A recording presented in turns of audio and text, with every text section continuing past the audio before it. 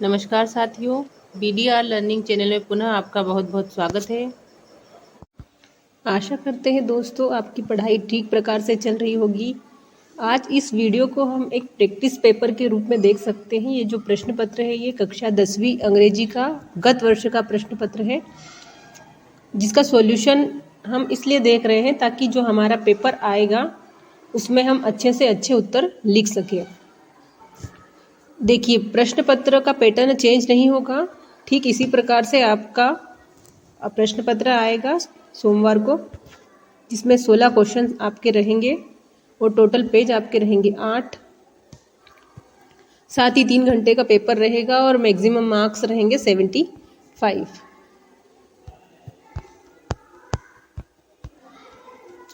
आपका paper 4 section में divide रहेगा। Section A, section B, section C और सेक्शन डी।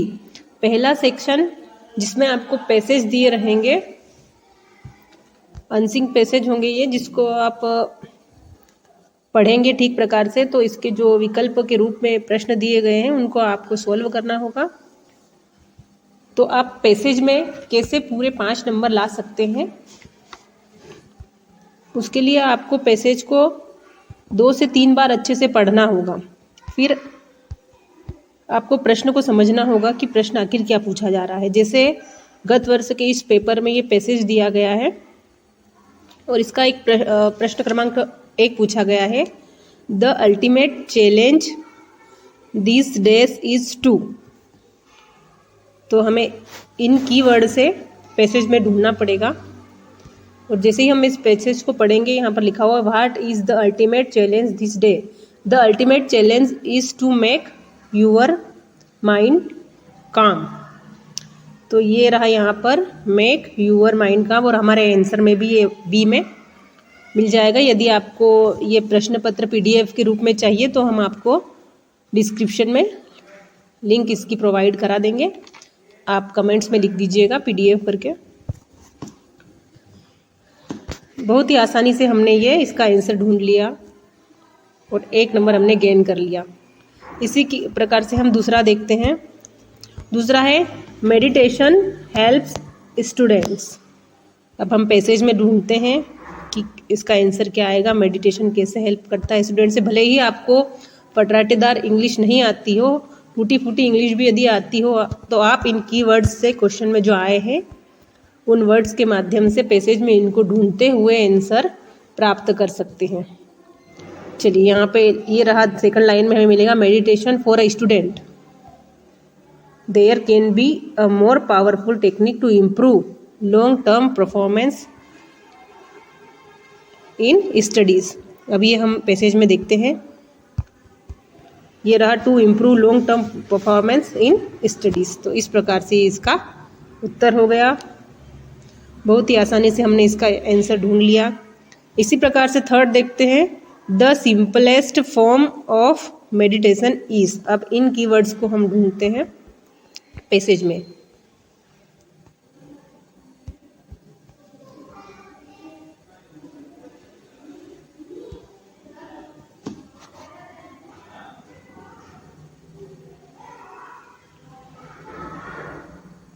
जब यहाँ पर हम ढूंढते हैं, यहाँ पर लिखा हुआ है there are many type of meditation, the simplest of course focusing on breathing. Answer में हम देखते हैं विकल्प में फोकसिंग ऑन ब्रेथिंग। ये रहा सी वाला ऑप्शन जो हमने पैसेज में से ढूंढा, ऑप्शन 3। चौथा देखते हैं, द वर्ड मेडिटेशन इज। अब ये वाला क्वेश्चन आपको पैसेज में नहीं मिलेगा, क्योंकि इसके लिए आपको थोड़ी बहुत ग्रामर आनी चाहिए। यहाँ पर पूछा गया है मेडिटेशन जो शब्द है वो क्या है। वो वर्ब यानी कि एक क्रिया है, एडजेक्टिव यानी कि एक विशेषण है, प्रोनाउन यानी कि एक सर्वनाम है, या नाउन यानी कि एक संज्ञा है। अब आपको यदि थोड़ी सी भी ग्रामर आती है तो आप समझ सकते हैं कि मेडिटेशन जो कि जिसको ध्यान कहते हैं वो एक नाउन फॉर्म है। वर्ब वो होता है जो एक काम करने को दर्शाता है, क्रिया को दर्शाना है, जैसे खाना पीना, नाचना गाना। और एडजेक्टिव उसे कहते हैं जो किसी चीज़ की विशेषता बताता है। प्रोनाउन वो होते हैं जो नाउन के बदले यूज़ किए जाते हैं, और नाउन किसी व्यक्ति, वस्तु, स्थान या भाव, विचार के नाम को कहते हैं। तो विडिशन है कि यहाँ पर एक विचार है, तो इस प्रकार ये हो जाएगा अ नाउन। फिफ्थ क्वेश्चन है which word in this passage mean an ability to keep something in mind. यहाँ पर पूछा गया है कि पैसेज से वह शब्द ढूंढिए जो ये बताता है कि किसी चीज़ को कैसे दिमाग में धारण करने की योग्यता हो, या दिमाग में धारण कर पाने की योग्यता को क्या कहते हैं। चैलेंज तो कह नहीं सकते हैं। अब यदि हम इसमें ढूंढेंगे तो हमें मिल जाएगा, इसका आंसर होगा रिटेंशन। रिटेंशन का अर्थ होता है प्रतिधारण।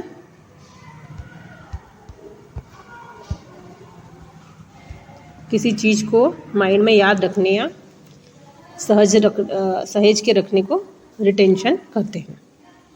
तो दोस्तों बहुत ही आसानी से हमने इनके आंसर्स ढूंढ लिए और आपको बिना मेहनत किए, क्योंकि ये जो पैसेज होते हैं इसके लिए आपको केवल प्रैक्टिस चाहिए होती है। ये रटने वाला काम नहीं है या आपने 2-4 पैसेज रट लिए या परीक्षा में आ जाएंगे, इस तरीके से नहीं होता है। इसके लिए आपको प्रैक्टिस करनी होती है। आप जितने अधिक पैसेज पर प्रैक्टिस करेंगे आपको उतनी अधिक सहजता होगी एग्ज़ाम में। चलिए सेकंड वाला पैसेज, ये भी सेम फर्स्ट पैसेज की तरह है, जिसमें से आपको आंसर टिक करने हैं।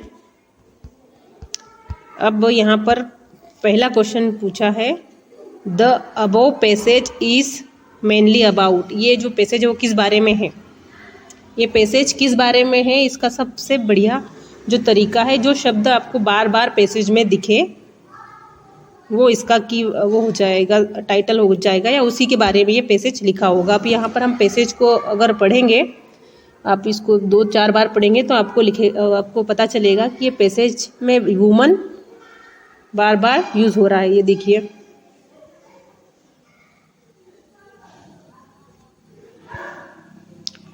अब यहाँ पर हम देखते हैं इसमें तो वुमन है नहीं और डी वाले ऑप्शन में भी वुमन नहीं है। हमारे पास 2 हो गए, बी और सी दोनों में वुमन है।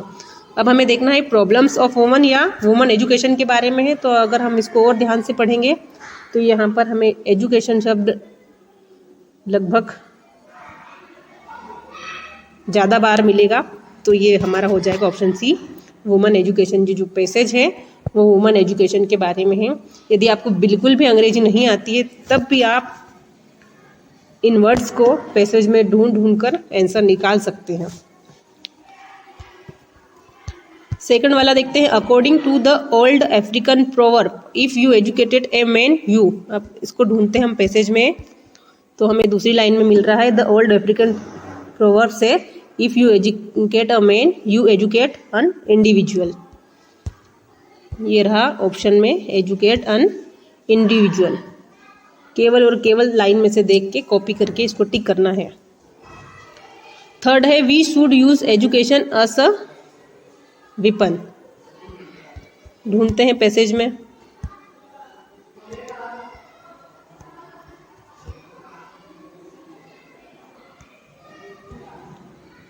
ये रहा विपन वाला मिल गया। We should improve the life standard of our woman for this education is woman.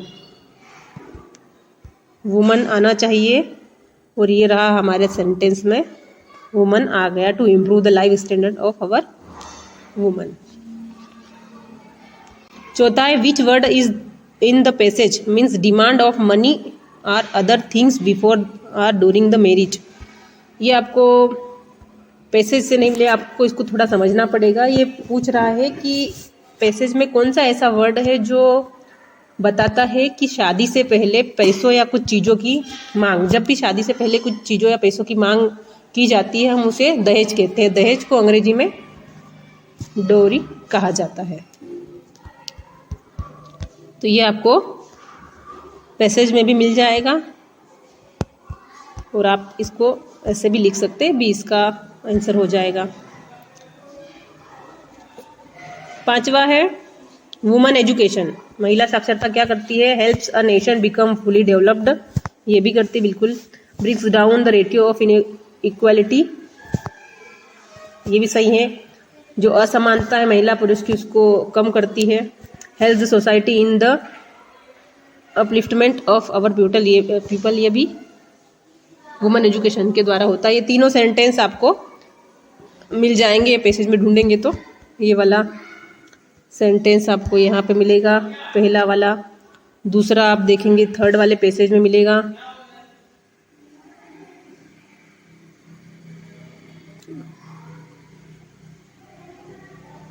ये, और तीसरा वाला आपको मिलेगा ये सेकेंड लास्ट में, अपलिफ्ट द सोसाइटी। तो ये तीनों सेंटेंस है इसके आंसर, इसलिए इसका राइट आंसर बनेगा डी, ऑल ऑफ दिस।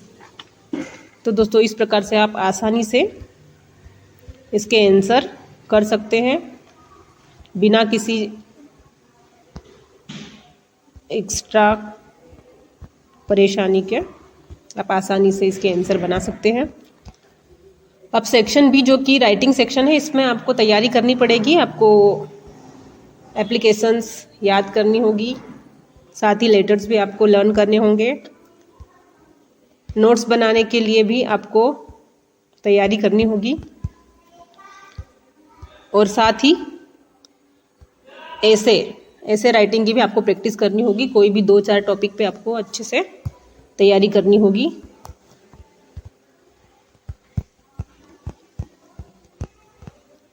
अब सेक्शन सी हम देख लेते हैं। यदि सेक्शन बी का आपको प्रैक्टिस के लिए स्टडी मटेरियल चाहिए तो आप हमें कमेंट बॉक्स में लिखिएगा, हम आपको उपलब्ध करवाएंगे।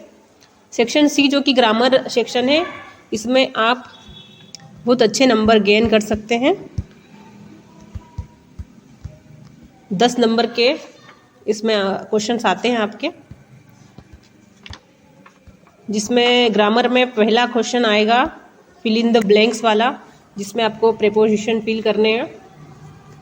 तो चलिए सीखते हैं। बहुत ही आसान है, ये भी कोई मुश्किल नहीं है, बस आपको थोड़ी सी इंग्लिश पढ़ते आनी चाहिए और समझते भी। पहला है your father is seriously ill, you fill in the blanks go home. यहाँ पर प्रयोग करना है शुड, मस्ट या आउट टू में से किसी चीज़ का। तो आपको तीनों चीज़ों को थोड़ा सा ध्यान रखना होगा कि तीनों चीज़ों का अर्थ होता है चाहिए, पर कब इनका प्रयोग किया जाता है जाना चाहिए ये हम सीखते हैं। शुड का प्रयोग कब किया जाता है? जब हम किसी को सलाह या सुझाव देते हैं। मस्ट का प्रयोग तब किया जाता है जब किसी चीज़ को निश्चित करना ही है, यानी आपको करना ही चाहिए, या किसी अनिवार्यता को ये दर्शाता है। जबकि आउट टू का प्रयोग नैतिक दायित्व को पूरा करने के लिए किया जाता है। अब यहाँ पर प्रश्न में दिया गया है your father is seriously ill, तुम्हारे पिता सच में बहुत बीमार है।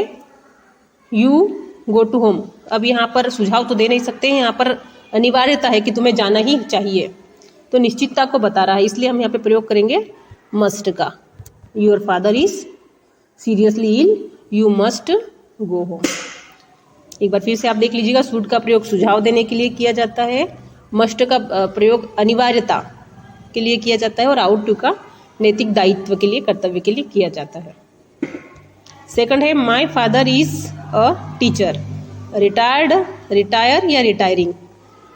अब यहाँ पर देखिए रिटायर्ड का यूज तब किया जाता है जब कोई काम हो चुका होता है। रिटायर मतलब अभी चल रहा हो, या रिटायरिंग का मतलब होता है जो कंटिन्यू चला ही जा रहा हो।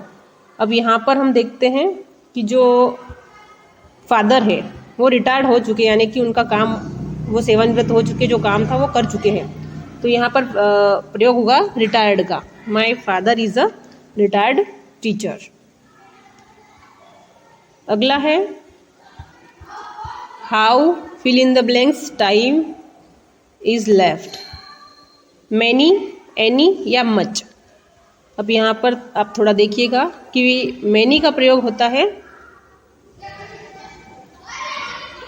वो उन नाउन के साथ होता है जिनकी गणना की जा सकती है, जिसको हम गिन सकते हैं। एनी का प्रयोग कोई के साथ होता है, कोई, तो कोई का प्रयोग तो यहाँ पर होगा ही नहीं। मच का प्रयोग उन नाउन के साथ किया जाता है जिनकी गणना नहीं की जा सकती, जो अनकाउंटेबल होता है। अनकाउंटेबल यानी कि जिनकी गणना नहीं की जा सकती। अब यहाँ पर टाइम दिया गया है और टाइम की गणना नहीं की जा सकती, ये अनकाउंटेबल होता है। तो जैसा कि मैंने बताया अनकाउंटेबल नाउन के साथ होता है मच का प्रयोग। How much time is left, ये इसका आंसर हो जाएगा। मैनी का प्रयोग गणनीय वस्तुओं के साथ, एनी का प्रयोग कोई के रूप में करते हैं और मच का प्रयोग अगणनीय संज्ञाओं के साथ किया जाता है। चौथा है he exclaimed what fill in the blanks beautiful flower. A, the या एन। ए एन द का प्रयोग आपको मैंने पिछले वीडियो में भी बताया था और इस आर्टिकल से एक प्रश्न पूछा ही जाता है। अब ध्यान रखिएगा, अ का प्रयोग उन संज्ञाओं के साथ किया जाता है जो व्यंजन ध्वनि के साथ शुरू होते हैं, और द का प्रयोग किसी निश्चित वस्तुओं के साथ किया जाता है, और अन का प्रयोग होता है जिन शब्दों में पहले स्वर ध्वनि आती है या वोवेल साउंड आता है। जैसे ये शब्द है ब्यूटीफुल। ब्यूटीफुल ब से स्टार्ट हो रहा है और ब एक व्यंजन, एक कॉन्सोनेंट है, तो ब के साथ या फिर व्यंजन ध्वनि के साथ होता है प्रयोग अ का। यहाँ पे आता, यदि अनहैप्पी आता तो अनहैप्पी के साथ हम अन का प्रयोग करते हैं। ध्यान रखिएगा, साउंड का यहाँ पर आप विशेष ध्यान रखिए। पांचवा है Sita is fill in the blanks than any other girl. Intelligent, more intelligent, most intelligent. अब अगर सेंटेंस को आप पढ़ते हैं तो यहाँ पर तुलना की गई सीता की अदर गर्ल्स यानी दूसरी लड़कियों के साथ तुलना की गई है। तो जब भी तुलना की जाती है तो मोर का प्रयोग किया जाता है, तो यहाँ पर आ जाएगा मोर इंटेलिजेंट। मोस्ट का प्रयोग तब किया जाता है जब वो सबसे बेहतर हो या सबसे ऊपर, सबसे बेहतर बताने के लिए उसको किया जाता है। यहाँ पर कॉम्पिटिटिव है तो हम प्रयोग करेंगे more intelligent. Sita is more intelligent than other girl. Sita दूसरी लड़कियों से ज़्यादा इंटेलिजेंट है। अगला है I fill in the blanks this book yesterday. Sentence को आप पढ़ेंगे तो आप देखेंगे कि ये पास्ट टेंस का सेंटेंस है, क्योंकि बुक कल ही पढ़ ली गई है। और रीडिंग का प्रयोग हम तब करते हैं जब कोई कार्य चल रहा हो परंतु ये कार्य खत्म हो चुका है, पुस्तक कल ही पढ़ी जा चुकी है। रीड्स का प्रयोग प्रेजेंट टेंस के साथ किया जाता है, और मैंने अभी बताया कि ये जो सेंटेंस है वो पास्ट टेंस का सेंटेंस है। और रीड जो है ये थर्ड फॉर्म है, तो I read this book yesterday. यहाँ पर रीड का प्रयोग किया जाएगा, रीडिंग का प्रयोग नहीं किया जाएगा, ना ही रीड्स का। लास्ट है fill in the blanks you work hard you will fail. If, as long as या अनलेस। इफ का अर्थ होता है यदि, यदि तुम मेहनत करोगे तो तुम फेल हो जाओगे, ये फिट नहीं बैठ रहा है। एस लॉन्ग एस का अर्थ होता है जब तक, जब तक तुम मेहनत करोगे तुम फेल हो जाओगे, ये भी करेक्ट नहीं होगा। अनलेस, अनलेस का अर्थ होता है यदि नहीं, यदि नहीं करोगे, या फिर नेगेटिव फॉर्म में होता है इफ नॉट हो सकता है। Unless you work hard you will fail, यदि तुम मेहनत नहीं करोगे तुम फेल हो जाओगे, तो यहाँ पर प्रयोग होगा अनलेस का। सी इसका राइट आंसर होगा। Question number 8 do as directed. Section C grammar section में आपका एक प्रश्न आएगा डू एज डायरेक्टेड वाला, जिसमें आपको सेंटेंस दिए गए रहेंगे और साथ में ही निर्देश दिए गए हैं कि सेंटेंस में आपको क्या परिवर्तन करना है, क्या बदलना है। तो पहला सेंटेंस आपको इसमें दिया गया है, Lencho wrote a letter to God. Lencho was peasant. Combine the pair of sentences using who. इन दोनों सेंटेंस को हु का प्रयोग करके जोड़ना है और एक सेंटेंस में इसको बदलना है। तो हु का प्रयोग करने का बहुत ही आसान तरीका है। मैं आपको 2 तरीके बताऊंगी, आपको जो भी तरीका अच्छा लगे आप उसका प्रयोग परीक्षा में कीजिएगा। और हु वाले सेंटेंस आते ही हैं परीक्षा में। तो देखिए पहला तरीका आप देखिए, उसमें आप पहला sentence Lencho wrote a letter to God और यहाँ पर अगले वाले सेंटेंस में लेंचो को हटा, यानी जो भी वर्ब हो उसको हटा दीजिएगा, सब्जेक्ट को हटा दीजिएगा और लिखिएगा who. Lencho wrote a letter to God who was a peasant. कोई सा भी वाक्य आए आप इसी तरीके से उसको बनाइएगा। पहला वाला सेंटेंस पूरा लिख दीजिएगा, उसके बाद दूसरे वाले सेंटेंस में से सब्जेक्ट को हटाकर हु का प्रयोग कर दीजिएगा। केवल इतना ही करना है और आपका ये सेंटेंस पूरा बन जाएगा। इस प्रकार आप लिखेंगे Lencho wrote a letter who was a peasant. ये हो गया पहला तरीका। ये और आप दूसरा तरीका देखना चाहते हैं तो उसके लिए आपको दूसरा सेंटेंस पहले पूरा लिख देना है और फिर जो ऊपर वाला सेंटेंस रहेगा उसका सब्जेक्ट हटाकर हु लगा दीजिएगा और बाकी का पूरा जो भी सेंटेंस है उतार दीजिएगा।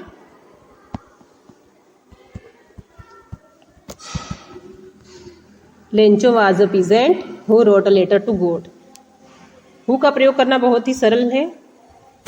केवल एक सेंटेंस को पूरा लिखना है, दूसरे सेंटेंस में से सब्जेक्ट को हटा के हु लगाकर पूरा सेंटेंस जो का तो लिख देना है और आपको पूरे नंबर इसके मिल जाएंगे। चलिए दूसरा देखते हैं। My sister is very intelligent, she can solve any problem, combine the pair of sentence using so that. इन दोनों सेंटेंस को सो दैट का प्रयोग करके कंबाइन करना है। जब भी हम सो दैट का प्रयोग करते हैं याद रखिएगा सेंटेंस से वेरी हट जाता है। सबसे पहले तो हमें पहला सेंटेंस लिखना है माई सिस्टर इज, वेरी को हटाएंगे, हमेशा सो का प्रयोग करते हैं तो वेरी को हटा देते हैं, वेरी की जगह हम लगा देंगे so. My sister is so intelligent और दोनों सेंटेंस के बीच में प्रयोग होगा दैट का। दैट के बाद में दूसरा सेंटेंस पूरा हम यहाँ पर उतार देंगे। ये सेंटेंस बनेगा my sister is so intelligent that she can solve any problem. केवल वेरी को हटाकर सो का प्रयोग करना है और दोनों सेंटेंस के बीच में दैट लगाकर दूसरा सेंटेंस जो का त्यो लिखना है। थर्ड देखते हैं। He knows me, change the sentence into a passive voice. आपको वॉइस का एक सेंटेंस जरूर देंगे परीक्षा में, इसका एक प्रश्न आता ही है। अब पैसिव वॉइस में बनाने का तरीका होता है, सबसे पहले हम ऑब्जेक्ट को लिखते हैं। ऑब्जेक्ट जो कि सबसे लास्ट में होता है सेंटेंस के, उसको ऑब्जेक्ट कहा जाता है, उसको हम सबसे पहले लाते हैं। तो यहाँ पर ऑब्जेक्ट है मी। और ध्यान रखिएगा ये जो प्रोनाउंस होते हैं मी, ही, शी, ये जब सब्जेक्ट बनते हैं तो इनका फॉर्म चेंज होता है। मी का हो जाता है आई, तो यहाँ पर हो जाएगा आई।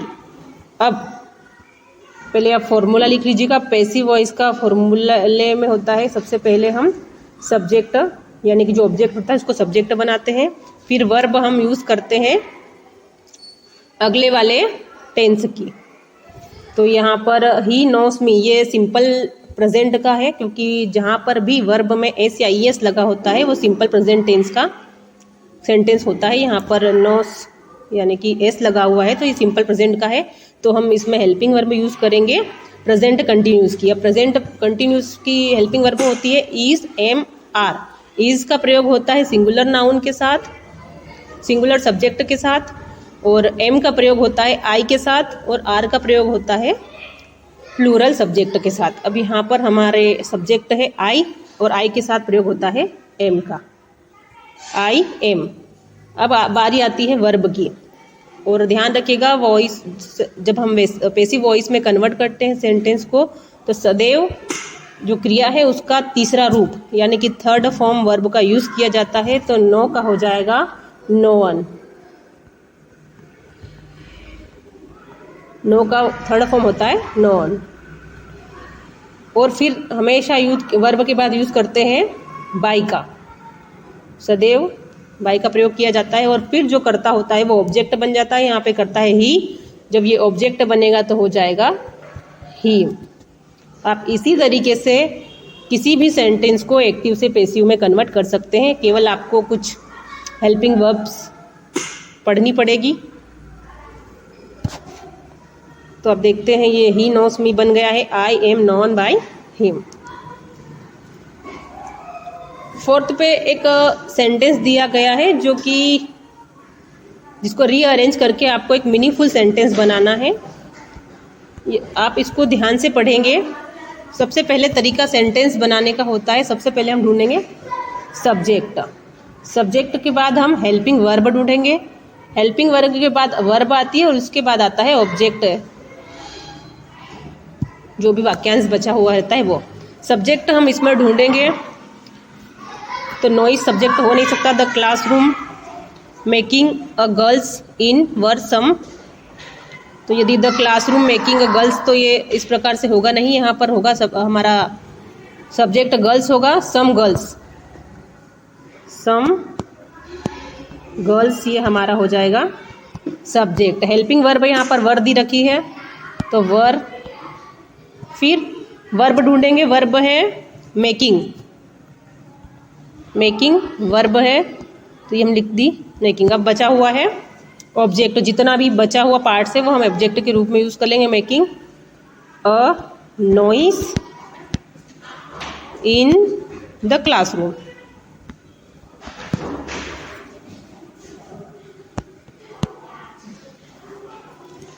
बहुत ही आसानी से हमने इसको रीअरेंज कर दिया। ये ट्रिक आप याद रखिएगा, ये जो फॉर्मूला है subject helping verb verb plus object, इसके माध्यम से आप रीअरेंज कर सकते हैं।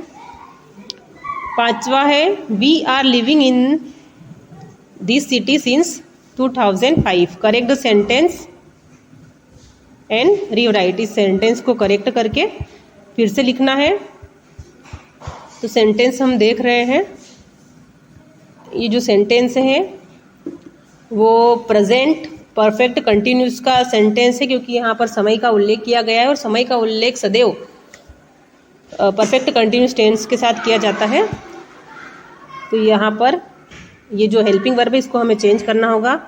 We present perfect continuous tense की हेल्पिंग वर्ब होती है हैज़ बीन और हैव बीन। सिंगुलर पर्सन के साथ हैज़ बीन और प्लूरल पर्सन के साथ हैव बीन।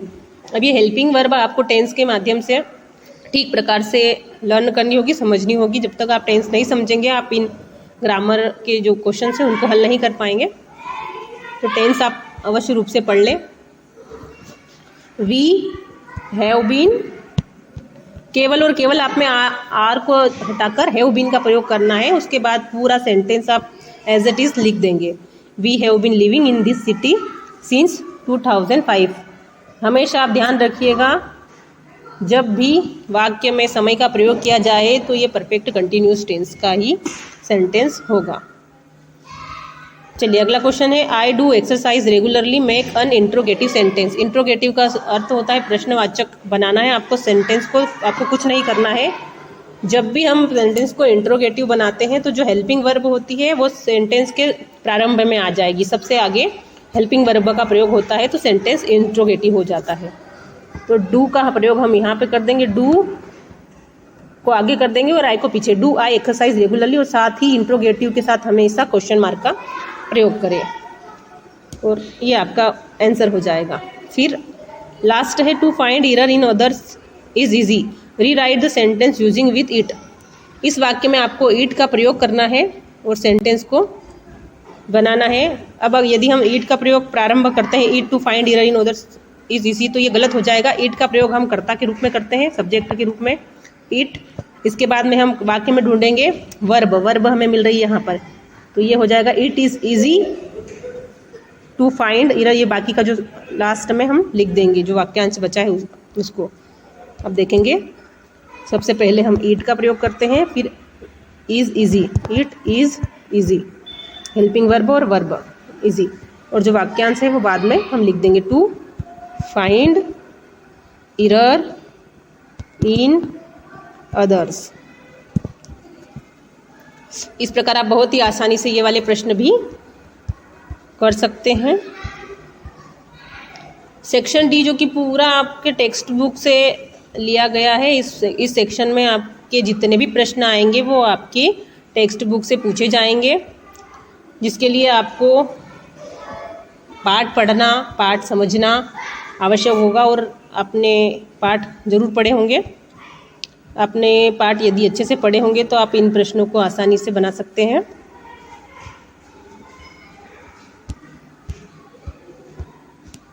ये जो एक्सट्रैक्ट दिए रहेंगे इनमें भी आपको कुछ नहीं करना है, केवल पैसेज को पढ़ के आंसर इसके बनाने हैं। तो दोस्तों यदि वीडियो आपको पसंद आया हो तो वीडियो को लाइक करें, चैनल को सब्सक्राइब करें और वीडियो को शेयर करें। मिलते हैं नेक्स्ट वीडियो में। Thank you.